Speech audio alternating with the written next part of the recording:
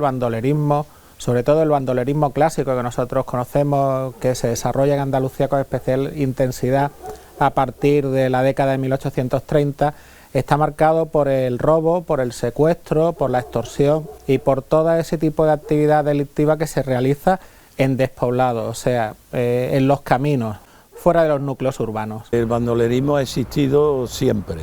El estar fuera de las normas, el estar en la delincuencia, eso ha existido siempre y en cada época, digamos, se ha dado de una forma distinta. Los orígenes del bandolerismo en Andalucía son tan antiguos, podríamos decir, como esta tierra. Ya en época romana hay episodios de criminalidad en despoblado que podríamos enclavar en algo parecido al bandolerismo. También incluso en época musulmana, durante la época andalusí, es famosa la actividad de un, no podríamos llamarlo todavía bandolero, pero sí bandido, muy famoso, que es el llamado halcón gris.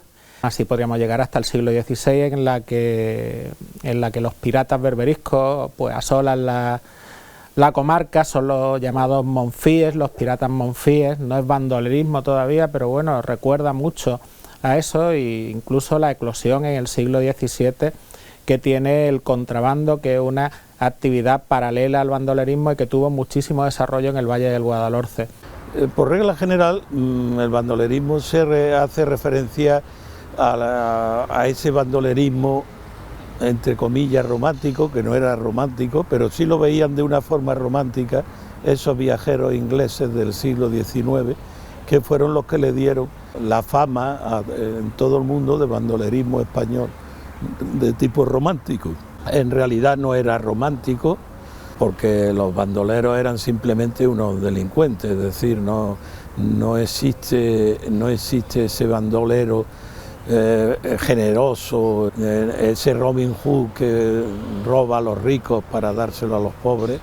Pues no era ese el tema, era simplemente en algunas ocasiones por la situación económica o por la situación social incluso, cuando a lo mejor después de un delito menor pues tenían que huir y refugiarse en el monte.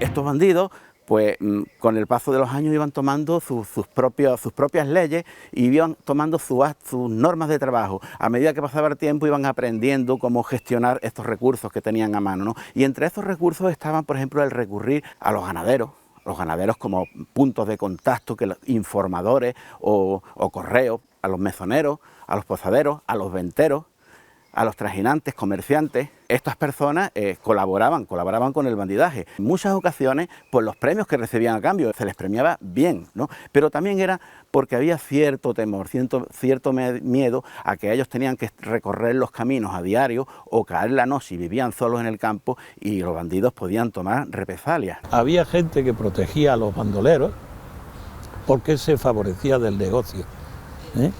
Y el propio bandolero sabía que podía tener en esa gente que le rodeaba, si era generosa con ellos, pues podía tener ayuda, podía tener protección. Es decir, no era una generosidad propia del bandolero, sino era una generosidad muchas veces interesada, porque le interesaba para su propia protección, ¿no? Por ejemplo, los venteros pues muchas veces estaban en connivencia con los bandidos, por la sencilla razón de que el ventero le daba al bandido información de cuándo pasaban los migueletes o la Guardia Civil o la Guardia por allí, y entonces el bandido sabía cómo tenía que moverse, ¿no?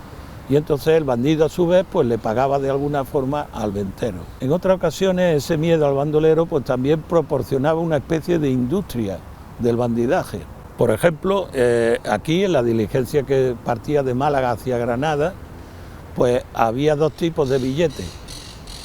Estaba el billete normal, bueno, en un determinado año, en poquitos, pero en determinados años. Estaba el billete normal y el billete seguro. El billete seguro era un plus que se pagaba por tener la seguridad de que no iba a ser asaltado.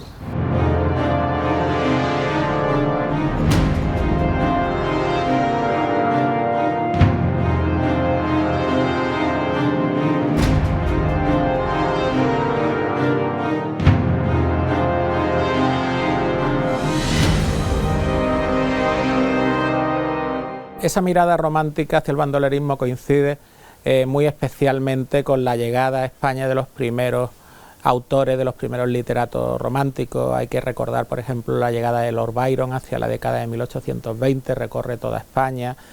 También habría que recordar el famoso libro de Ford, Handbook for Travelers in Spain, que es un auténtico bestseller del siglo XIX, en el que se describe prácticamente todos los rincones de este país, los principales lugares, los principales hospedajes, los caminos, y en ellos, pues, junto a esas descripciones, también va a aparecer una visión típica y atípica del bandolero noble, amable, romántico, que lucha también contra un poder establecido, y es quizá una visión muy en línea con todo lo que representa el propio movimiento romántico. El libro de Richard Ford, editado en Londres, conoce un éxito muy notable.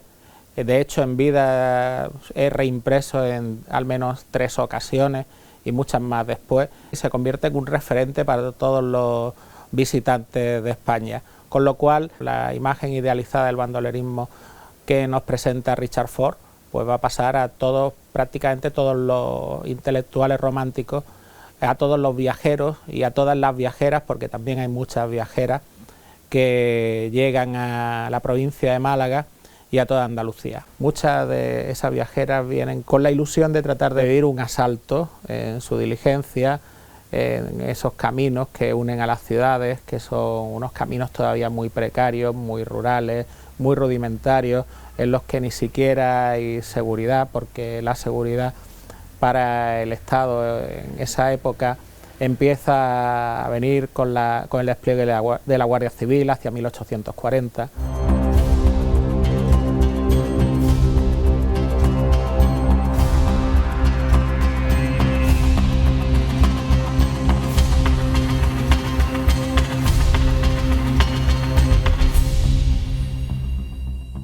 Ellos ya realmente no tenían en el siglo XIX, no tenían en sus países esos asaltos a los caminos, que aquí tampoco casi no existían tampoco, ¿no? Es decir, todos los viajeros, hay cientos de viajeros ingleses, no cientos, habría miles, lo que pasa es que hay cientos que escribieron sus memorias y de sus viajes, y esas memorias pues nos relatan el deseo de encontrarse con bandidos, incluso el deseo de ser asaltados, pero ninguno de ellos, absolutamente ningún viajero inglés fue asaltado en sus viajes por la península, ¿no? Hay incluso hasta viajeros ingleses que se quejan cuando vuelven a su país de que no han sido asaltados y dicen no, yo no he sido asaltado. Hay otros viajeros, por lo menos hay 2 que lo dicen expresamente, que no fueron asaltados en los caminos, pero sí fueron asaltados en la venta cuando le mostraron la factura, diciendo que ahí están los verdaderos bandidos, porque no fue asaltado en el camino, pero sí por el ventero, ¿no?, con la factura.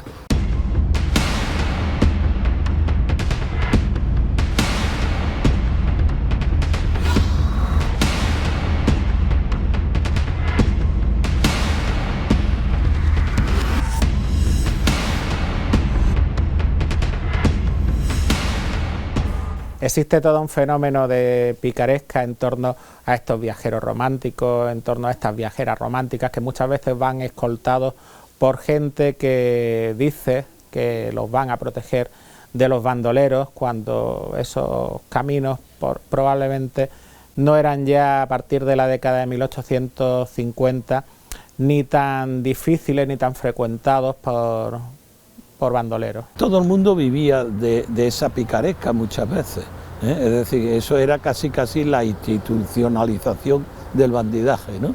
Y todo el mundo vivía de esa, muchísima gente, mejor dicho, vivía de esa picaresca, ¿no? Hay muchísimas anécdotas, por ejemplo, el caso de estando un viajero inglés en una venta, pues llegó un guardia,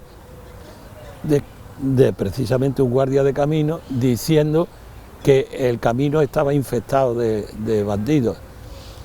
El mismo inglés se da cuenta de que lo que quería el guardia era que le contratase y le pagase para que lo acompañara. Muchos de estos viajeros románticos y de estas viajeras románticas dejan incluso en sus libros de viaje, que frecuentemente salían a la luz tanto en París como en Londres, narraciones imaginadas sobre asaltos ficticios que nunca tuvieron lugar y que lo que nos muestran es una visión romántica, una visión exótica, una visión por parte de los europeos hacia España como un destino, podríamos decir, legendario, fastuoso, donde se mezclaban el cristianismo y la historia musulmana, y dan una visión bastante peculiar de España.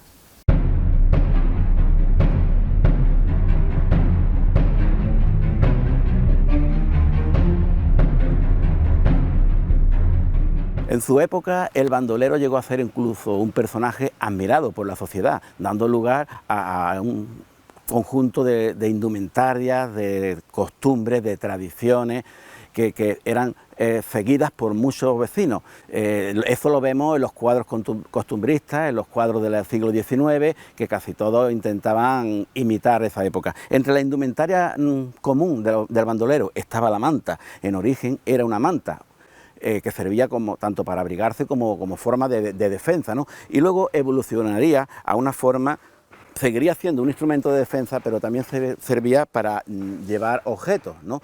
Como la famosa faca del bandolero, que comenzaría siendo una espada con el siglo XVI, durante el siglo XVIII evolucionaría a una daga y luego acabaría siendo una faca, ¿no? La famosa faca, que debía ser grande para impresionar y atemorizar a sus víctimas.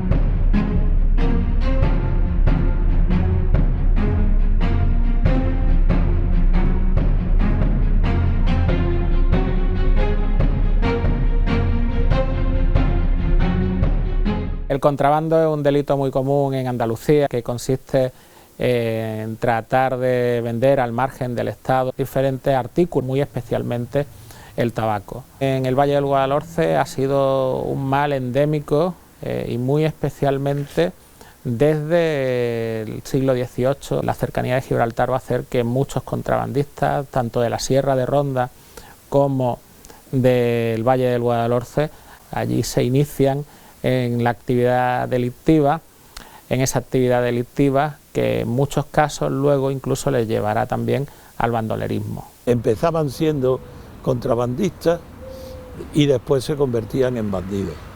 Y después, curiosamente, cuando había algunos bandidos, muy poquitos, pero en algunos casos ha habido bandidos que se han enriquecido de su delincuencia y que luego han vuelto al contrabando, pero ya como, digamos, como capos, por llamarlo de alguna forma, del sistema, ya no contrabandistas de llevar en el mulo las cosas, sino de dirigir esas tramas de contrabando, ¿no?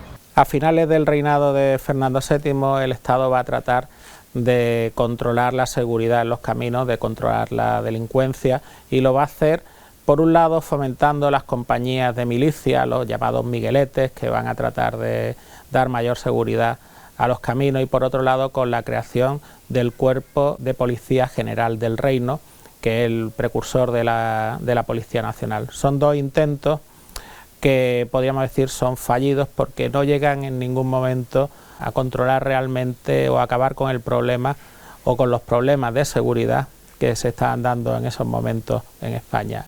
Habrá que esperar ya el reinado de Isabel II para que con la llegada de la década moderada se cree la Guardia Civil por parte del Duque de Ahumada.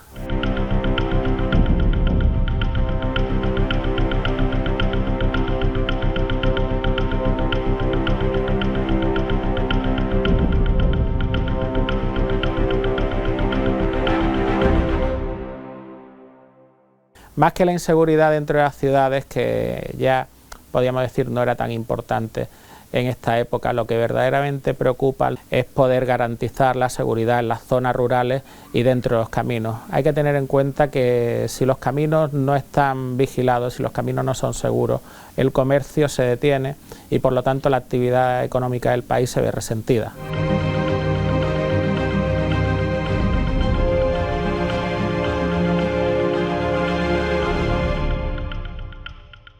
Esta pieza, que se encontró cerca de un cortijo muy frecuentado por bandoleros, servía para cargar durante el siglo XIX aquellos fusiles de avancarga, aquellos que se cargaban por la boca. Ya desde la época francesa, los franceses ya traían las cartucheras con la ración de pólvora empaquetada en papel y las balas de plomo aparte. Pero posteriormente, con esta pieza tallada en un hueso, en un cuerno de un animal, como ven, con el útil para llevarlo colgado de la cintura y la abertura para ajustarlo al fusil y la medida justa de pólvora, pues se cargaba el fusil por la boca con la medida justa, se cogía un trozo de papel, se masticaba, se metía la bala de plomo y se prensaba con la baqueta, y seguidamente se escupía el papel dentro del fusil y se volvía a prensar con intención de que al poner el fusil boca abajo la pólvora no cayese.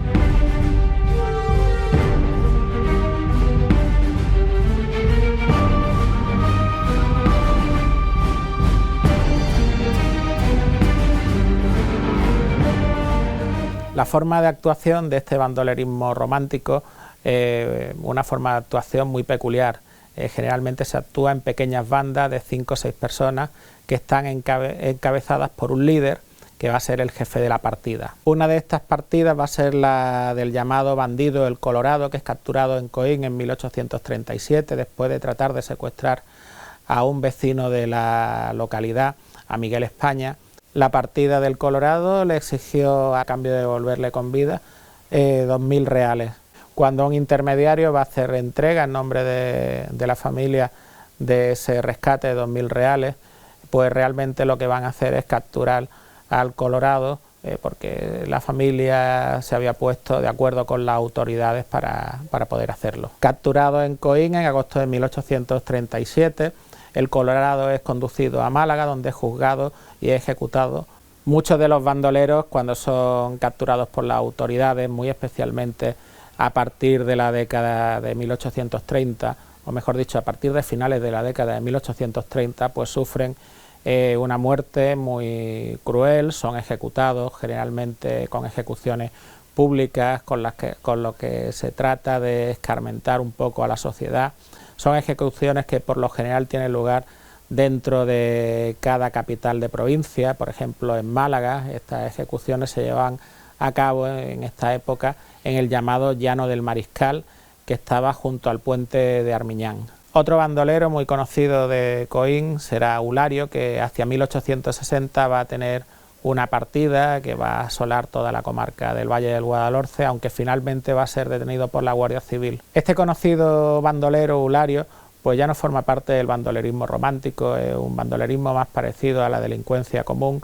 De él nos habla bastante en sus memorias el gobernador Agustín Guerola, que ocupó el cargo de gobernador civil de Málaga y jefe político de la provincia entre los años 1857 y 1860. A finales de la década de 1850 la Guardia Civil no contaba con demasiados efectivos en la provincia de Málaga, eran en total unos 300 efectivos y se hallaba distribuida de manera irregular por toda la provincia. Destacaban dentro del Valle del Guadalhorce la comandancia de Álora, también Coín, Casarabonela y Cártama tenían efectivos de la Guardia Civil. De entre los caminos que había en esta época en el Valle del Guadalhorce va a ocupar un lugar muy destacado, el que partía de Marbella y a través de Ojén y Monda llegaba a Coín, con ramificación también a Laurín el Grande, un camino que es destacado especialmente por el viajero Ford y en su guía de viajes para España, y es un camino que va a ser frecuentado por numerosas partidas de bandoleros y también por contrabandistas. Partiendo desde Málaga y a través del conocido Puente del Rey, infraestructura pública que nunca llegó a terminarse, pues partía hacia el Valle del Guadalhorce, otro camino que a través de Alaurín de la Torre y Alaurín el Grande llegaba a Coín. Es un camino que también en numerosas ocasiones es citado por la prensa como escenario de la acción de las partidas de bandoleros.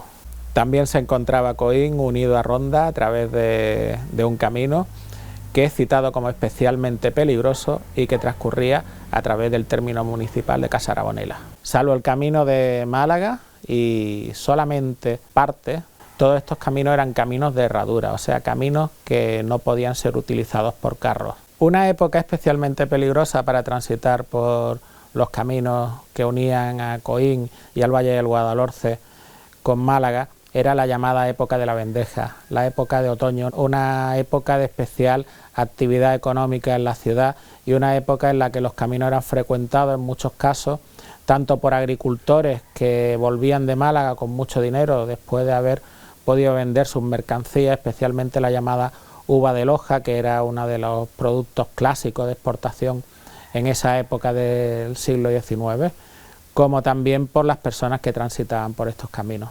La prensa, especialmente el periódico El Avisador malagueño, va a recoger muchas de estas actuaciones de las partidas de bandoleros, unas partidas que con el paso del tiempo fueron perdiendo su carácter romántico, ese carácter de supuesta redistribución social, podríamos decir, de una riqueza que pasaría desde la burguesía, por tanto de los sectores más elevados de la sociedad, a los bandoleros, porque al final este problema va a afectar a toda la sociedad y podríamos decir que el objetivo de las partidas de bandoleros pues va a ser prácticamente cualquier persona, independientemente de su grado de riqueza.